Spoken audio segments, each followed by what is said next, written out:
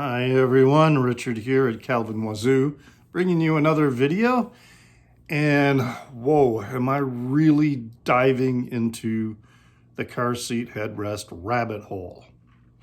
I did my kind of an overall view of car seat headrest and how impressed I am with the material that Will Toledo has put together. And then I ended up deciding, well, I'm gonna, do the discography, at least in terms of the Matador releases. So, earlier I did a video about Twin Fantasy and, looking at each song and in the album.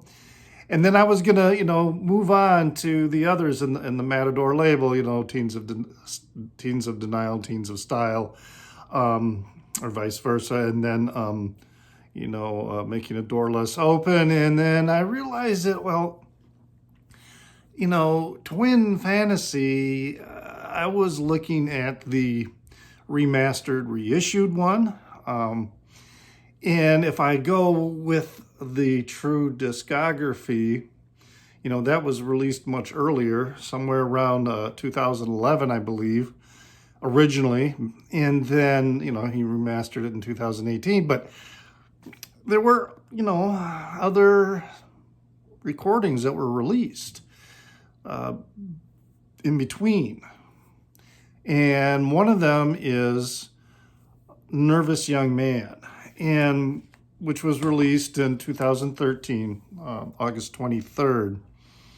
And it's a huge, huge recording. I mean, we're talking about more than 2 hours of music. And, in that first video I did, I speculated that it would probably need to be 3 sides. And, I just went through the song list and the times. It would need to be 3.5 sides if it was released on vinyl. And in that interview with Anthony Fantano that I alluded to before, Will said he really has no interest to go back and, remaster and re-release any of these other recordings. Nervous Young Man, I went and bought and downloaded it from Bandcamp. And so just for convenience sake, burned it to CD. So it will fit on 2 CDs, so he could do a CD release and even still do a remaster of it. But considering the fact that he's worked with Bernie Grundman on making A Door Less Open, he doesn't necessarily need to go through all that remastering. I mean, Bernie Grundman is like one of the best in the business. So anyway, but I realize that sequentially, I probably need to do this video and talk about Nervous Young Man. It is such a huge, epic album that I'm not going to be able to spend as much time on each individual song like I did with Twin Fantasy. But nonetheless, I'm going to do my best. But yeah, we're talking about more than 2 hours of music. And I did the math. It would have to come, if it were to be released on vinyl, it would be 3.5 sides. I mean, side 1 would be completely taken up by Boxing Day and We Can't Afford Your Depression. We're talking right there, 20 minutes. And while it's not as noisy as a lot of his earlier material, his material is still very lo-fi and noisy. And the noisier a record is, the bigger the groove has to be in the vinyl. So you cannot put as much material on a single side on vinyl when, with most rock music. I mean, the quieter the music, then the narrower the groove can be. But the louder, the noisier the music is, that groove gets to be quite wide, and you need the space on the vinyl to do that. So, yeah, it could be done on CD, but anyway, I'm kind of losing my focus here. So I'm going to do my best to run through this truly amazing release.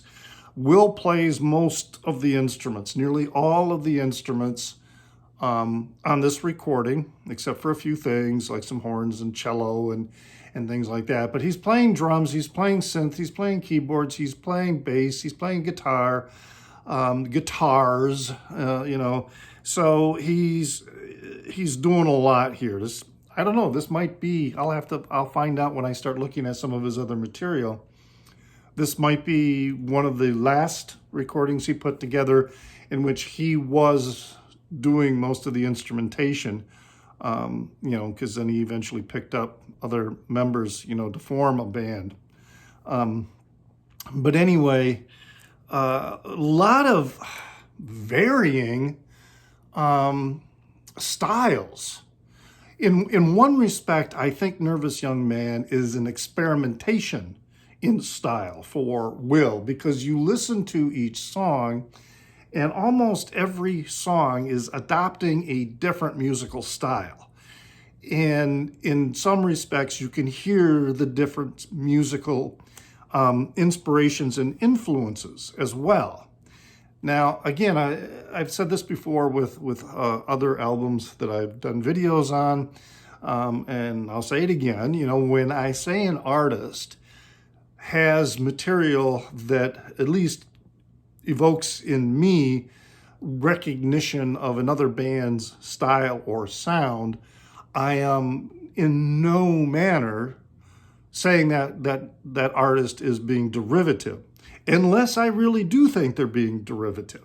And in Will Toledo's case, no, he's not being derivative. When I hear, and there are some songs that I hear very clearly influence from a particular artist or even from a particular song.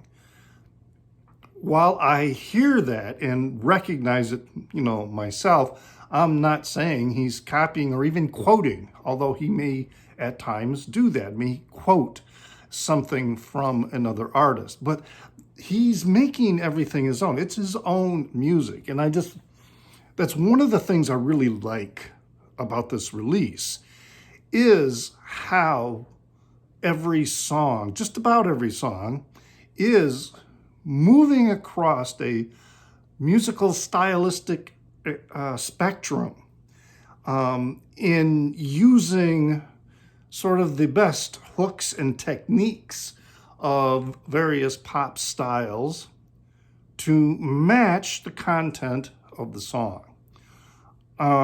The more I listen to Will Toledo, the more I am inclined to put him on the level of someone like Bob Dylan, and on the level of someone like Frank Zappa. That his musical composition and lyrical content combined together are just creating memorable and dense, while at the same time simple pop music. So let's get on with it. The album opens up with Boxing Day. I mean, this is 15 and a half minutes. It's dealing with a common issue throughout the album and in a lot of Will Toledo's material, and that is depression, his own depression. But the song has got this soaring chorus of exaltation, and he keeps repeating, you know, I'm so haunted, I'm so haunted. So whatever joy he feels at times, you know, is haunted by this darkness of depression. You know, in many cases, people say that depression can be described as a big black dog that comes and sits in the corner of whatever room you happen to be in, reminding you, you know, that it's there. It's insidious. And he certainly brings that in with the music. He talks about, the self-medicating that he did throughout the process. And then, the advice that everybody gives people who are, go out and get some exercise, but then he poses that question, do we ever really heal? Regardless of, if you have clinical depression or not, when we go through trying circumstances that really make us unhappy and feel sad, do we ever really heal from it? Whether it's the loss of somebody through death, or it's a loss of somebody because of a relationship that breaks up. No, we don't. We really don't ever heal from it, but it becomes part of us, and it's always there. It's always part of us. It kind of goes back to what I was talking about with Twin Fantasy, and that line that would keep cropping up, the ocean wash over your grave, the ocean washes open your grave. At times we want to bury our memories, both about people and about experiences, because they were sad. We're sad about the fact that they ended, rather than, reveling in the joy that they happened. And in time, the ocean is like time. It keeps washing open that grave to remind us that it's there. So, when I was saying with Twin Fantasy that, did someone really die? Well, it was a metaphorical sense of death, that we try and kill and bury these troublesome memories, but the ocean of time keeps washing away the dirt over these shallow graves, and reminding us that, yeah, this happened, this is part of us. The second song, We Can't Afford Your Depression, has got this really, kind of happy pop hook, which is so anachronistic with the content. It's very much kind of a Mersey beat style. It gives me a little feel of Velvet Underground as well. And then, there's even parts of it that kind of remind me of the Kinks. And but at the end with the guitar, it's very much recalls to me REM. It's just kind of a funny, sad song in a way about, can't afford your depression anymore. And it isn't so much that he's singing about his depression and his parents' inability to deal with it, but also the fact that, when he's living on his own with somebody, that it causes problems with the people that he lives with and his living arrangements. Right there, that's going to be one side if it was going to be on vinyl. Then we have the song Don't Remind Me. It's a song of regret and about hooking up, for the most part. In my view, it does have a very REM feel. So, we're going from really soaring, gigantic songs like the opener Boxing Day into something that's very happy, but at the same, it's a happy pop hook, but it's talking about depression. And then we have the song Don't Remind Me, that is got this REM feel that's a little more, serious. But then toward the end, with the climax of the song, you've got this guitar, like on this single note that is coming in stronger. It's almost like a warning siren that is building up to the climax. The song Homes has this organ opening. And then there's the line, I'm always almost punched. That line just is fitting so well with the strength of the organ core, the organ melody core of the song. And then he mentions, he says, and what if this is who I am? That we, the idea that we are thinking about, we're going to try and be something else. We're encouraged to be something else, and that, but then this is who we are, and it's so hard for us to escape who we are. And that in itself can be really, really depressing. And the weird thing that I'm getting out of this song is the irony, because Will's irony seems to be irony because it's unironic. So he's kind of like saying things about the way he feels, even touching on the subject of suicide. And he's saying it in an ironic way, which his friends accept as an ironic way. But the irony is he's not being ironic. This is how he really feels. But he says it that way so that he knows his friends aren't, going to be alarmed. I will say, throughout this album, to me, the whole album is a representation of someone really meeting face to face, not just the dark parts of who they are, but eventually overcoming, not completely. I don't think anybody ever becomes cured of depression, but it is portraying how he's, it's revealing how he's overcome it in many ways, so that I don't know how to explain it other than he's overcome it. He can talk about it in a very objective way without falling into the pit of the depression and self-absorption. And when you can accomplish that as a person, when you can objectively look at what's going on and then begin to evaluate it, you are breaking the chains, I guess is the best way to put that. I got a lot of notes on this, like I said, so I can keep going. Then we've got Afterglow, which is like this electronic soul sound to it. And then but again, it's kind of, going on about talking about making plans and, and he's just looking for that afterglow. Just give me that afterglow. And afterglow is a term that refers to two things. It can refer to the afterglow one feels after sex, or I should say, after orgasm. It doesn't necessarily have to be with someone else, but it's also the afterglow that you feel, after experiencing a psychedelic experience.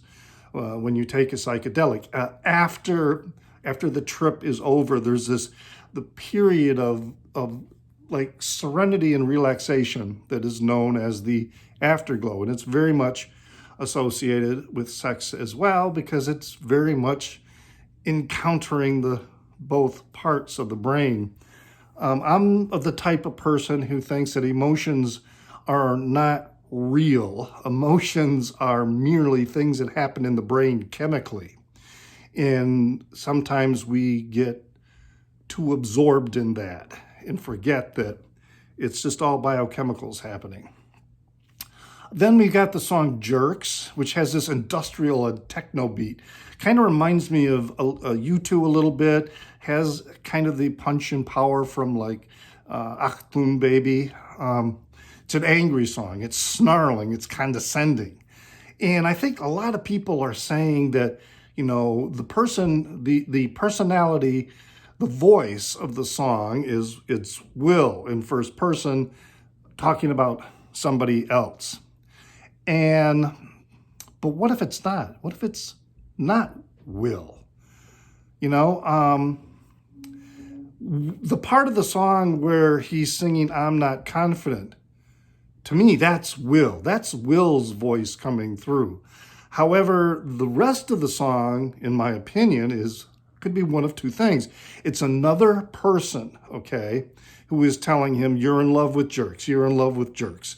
And if you want a jerk, I'll be your jerk.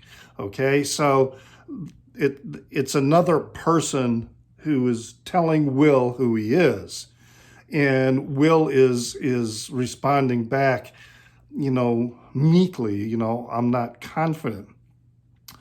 But then the other concept could be that it's not a person, it's It's Will's internal voice, that he's now developing this internal strength to counter the weak Will. There's a stronger Will developing, and is pointing out to him, you're just in love with jerks, and that's evident, throughout the album, that he does fall in love with a lot of jerks.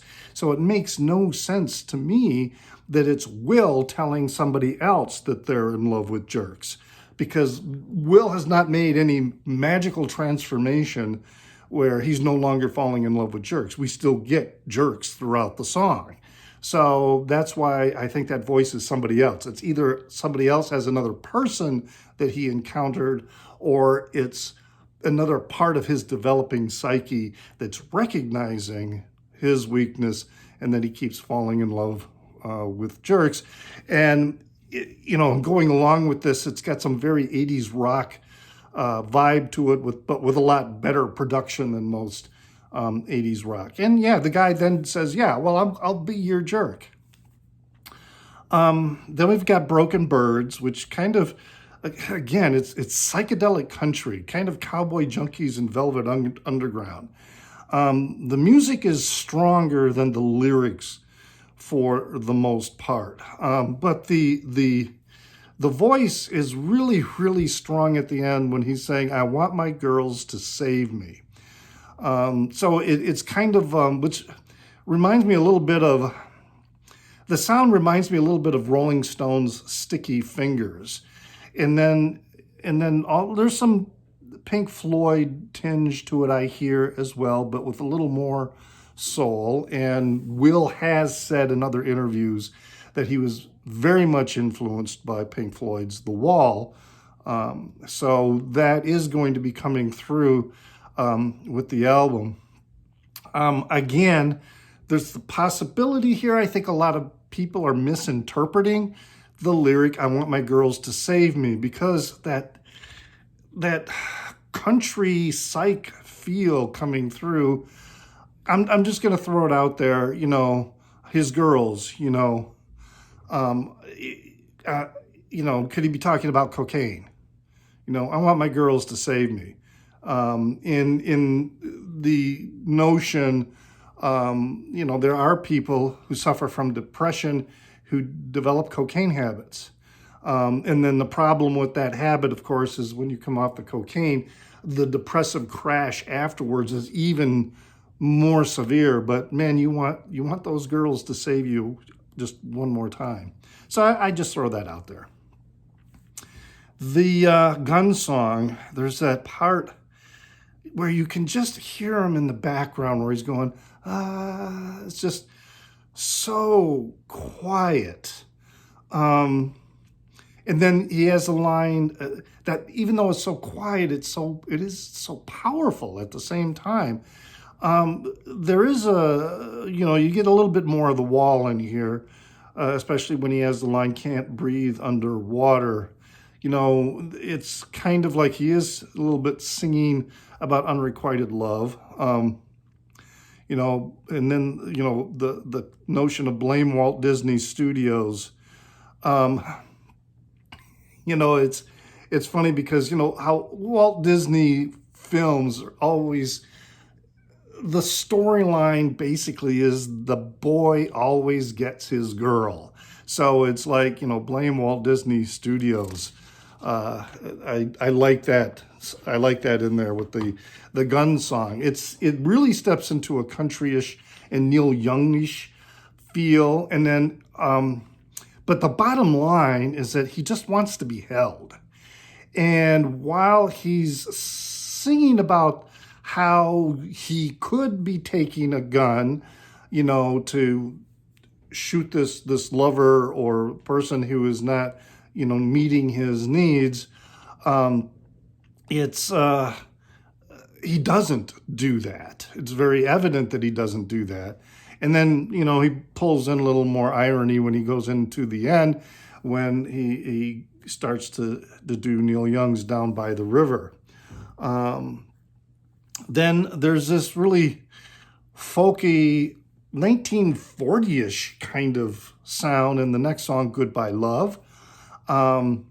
That, because it's so short and a lot quieter than the other songs, I think that would allow fitting a few more songs on a side that would be on vinyl. Then we get this song, I Can Play the Piano. It's a reflection of how people, and in other interviews, Will has admitted doing this, reflecting on hiding one's insufficiency or lack of skill in general, of how we are insufficient in things. And he talks about when he was trying to learn piano with his father, and it was kind of like the fake it till you make it, except it got to a point where he couldn't fake it anymore. And so, that kind of notion or philosophy doesn't work. And because eventually you become exposed, and this creates all kinds of problems. It's, you can just say, hey, it's always best to be honest at the beginning. It's not easy, especially when you are doing something to try and please somebody else. And whether it's going to be a lover or a parent, trying to please somebody whose love you want. So you hide your deficiencies. It's a good song, great song. Then we get into Crows, which has this driving bass beat, and it's very much like a dance trance song. And then they talk about, what if just the line, what if for just one night you turned into an animal? I see a lot of Toledo fans saying that this is a reference to furries, and I'm kind of like, well, maybe, but what does it mean to turn into an animal? All right, especially when we're combining this very much this bass-driven dance, strong beat. The voice, I keep thinking of. I think the band is Dead or Alive. You spin me round like a record round. And then it has this very Iggy Popish feel with a very Eno-like synth quality, that might be coming from The Idiot or even maybe Lust for Life. I think he's being literal, and that's just my opinion. I don't think this is a reference to, what if you turned into an animal as in a furry? I think it's more literal than that. He's posing the question, what if you just became an animal? And an animal, for the most part, doesn't have a conscience. And so when it comes to meeting animalistic needs, it's just done. So there's this kind of this urgency, which is reflected when you think about it in twin fantasy, in that we always wanted to be human, but we were always acting like inhuman. The line something like that there's, we want to be humans, but there is a part of us that is inhuman, in the struggle between that. The song, I Want to Sweat, very, very Jesus and Mary chain vibe and sound to it from about the Darklands era. And it's the dancing and everything, but he wants to dance fast. All right. And then you've got these video game sounds at the end, so that's making me think of things like Missile Command and maybe Asteroids, these games of that era, or actually earlier than this, because we're talking about 2013, and I'm talking about video games from the 1980s. But that's the sound that I'm hearing. And then, he's like, okay, I'll dance with you, but I want to dance fast. I don't want none of this slow dance stuff. It's another really, really great song. Burning Man. A lot of people talk about this song, and there's a reference perhaps to the Burning Man event that they have out in the California desert. It's a very synth pop sound, but it has a strong rock rhythm, especially in that first chorus. it just reminds me a lot about The Who. But the real Burning Man the real Burning Man he's talking about is at the end, when he's taking that picture of this guy that he's talking about and he's burning it, and then he's repeating that over and over and over again. He wants this picture so that he can burn it, and so again, this is a reactionary song to perhaps an affair or something that he had, or he's just talking about that kind of an affair. Dreams Fall Hard has this country style that is so fitting to the content of the song. It's talking about the rejection that so many of us experience when we come out. The lines, "I watch myself falling apart. My body can't keep up with my heart. What I see, I can't understand. Your sweet boy's becoming a nervous old man." It's, we have the dreams of youth, and then we have this part of us being gay or non-binary or being trans, and we try to express that, to our families, and we're often met with rejection and a vicious cold-heartedness.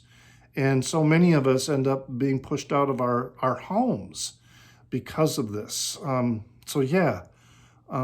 The dreams fall hard. And his singing of him becoming a nervous old man, and he's still, in his 20s at this time,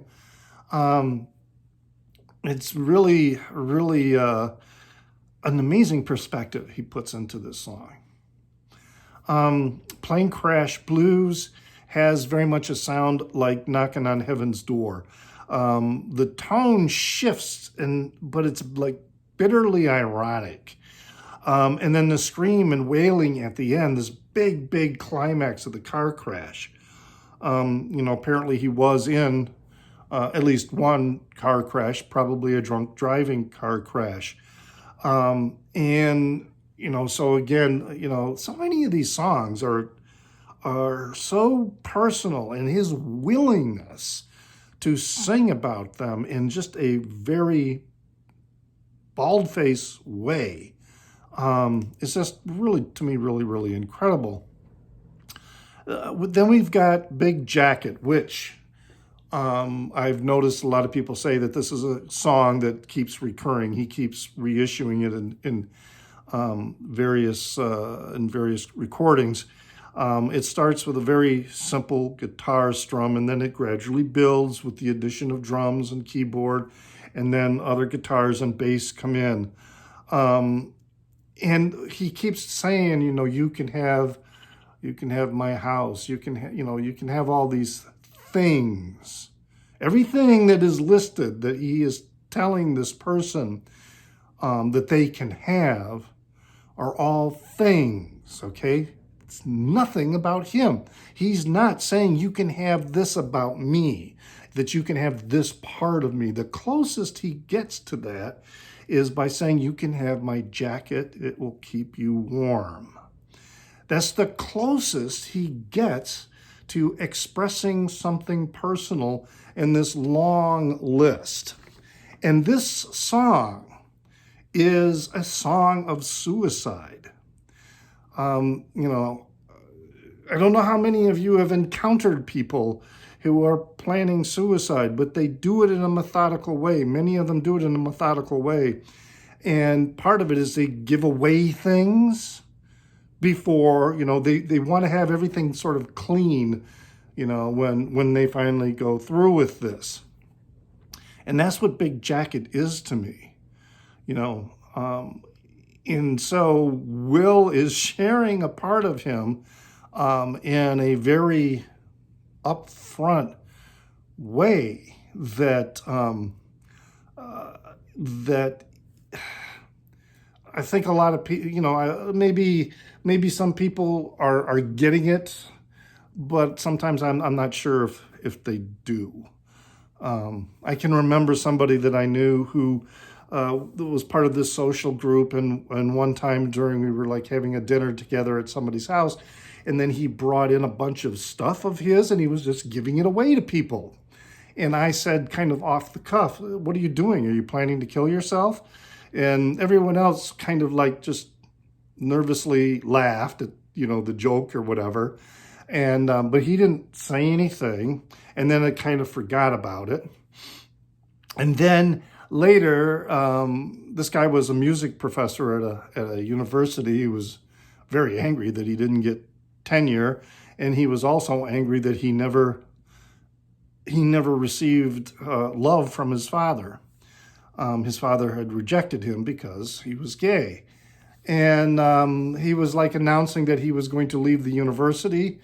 And everybody was kind of like, "Well, why are you doing that?" Or blah, blah, blah. "So what, you didn't get tenure? I mean, you've got a great career there, etc., blah, blah, blah." And then he looked at me and he said, "Well, Richard knows why." And I, had completely forgotten about what I had said that first day, months before, when he was bringing all his personal belongings and just giving them away. And, I was like, I couldn't put two and two together. And a couple of weeks later, he was dead. Found an old abandoned warehouse and poured gasoline over him and set himself on fire. So, yeah, Big Jacket has a very powerful impact on me. And, to me, that's what I'm getting out of it. Death at the Movies, this song, it kind of has very much a Verlaine sound, very much like television. And I've seen comments where people say it's a song about someone who likes movies. No, that's not what I'm getting. What I'm getting is Will is projecting his life into films, because the films always have this beginning, middle, and end, and everything gets resolved. And that's what he's saying. I must be saved before the end, and, he cannot be left hanging, so to speak. So that's what he's getting out of this. I mean, there's even a line of him that he could have been better. He had so much potential. Again, that message that he's hearing from others.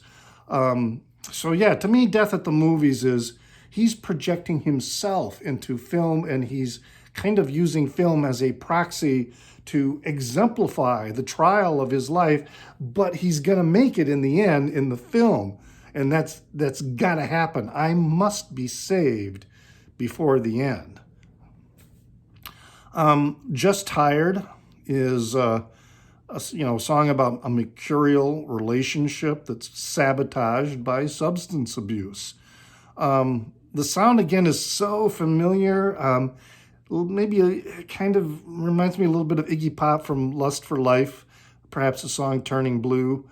It's very dirge-like, with Will singing in like kind of reminds me that Will is singing in this half-empty tavern that is filled with the stench of stale beer. Then we've got the song Some Strange Angel, which some people think of it as being the appropriate closer, and Will has said that could be the closer, or Knife in the Coffee could be the closer. But I really love the guitar-held melody. It is a beautiful melody. It has no weight, no heaviness. It is such a wonderful song. And then the CD ends with Knife in the Coffee, which is kind of a jaunty rockabilly garage rock kind of song. The bridge with the synth is a little bit sinister. But, it's a good song nonetheless. And the irony of this jaunty rockabilly song, it's not lost. Wow, I'm going on 40 minutes here as I try to quickly run through each song, and I did, without going in too much detail, although a couple songs I kind of did. The album to me is remarkable because, as I said, it just seems like Will is experimenting with a lot of different sounds, with a lot of different aspects and periods of his life. And he does so by taking some of the best elements of pop music and crafting them into his own sound. You know, that is the sign of a skilled musician. You know, the earlier song where he's, you know, this regret of that he was filled with so much promise, man, he's delivering on that now. And that is, it's just a really remarkable experimentation. I think the album is really solid. I don't think there's anything really weak in any of the songs. Just each song is matched so well to the particular sound and musical style that he employs. It's not haphazard. It's not slipshod. It's very focused. And even though some of the songs have earlier iterations, he brings them into the whole mix superbly. So this is the only image I have. You know, this that I printed out, you know, this I believe is the image that started when it was first released. And so, I mean, I always hold up something that you can, you know, look at while I do these videos. I hope you enjoyed the video. And be sure to leave a comment in the down under about any thoughts that you may have. Maybe I'm just totally way off base. Just be kind, you know, as you express, you know, your reaction or opinion. And always remember to pray for the people inside your head, for they won't be there when you're dead.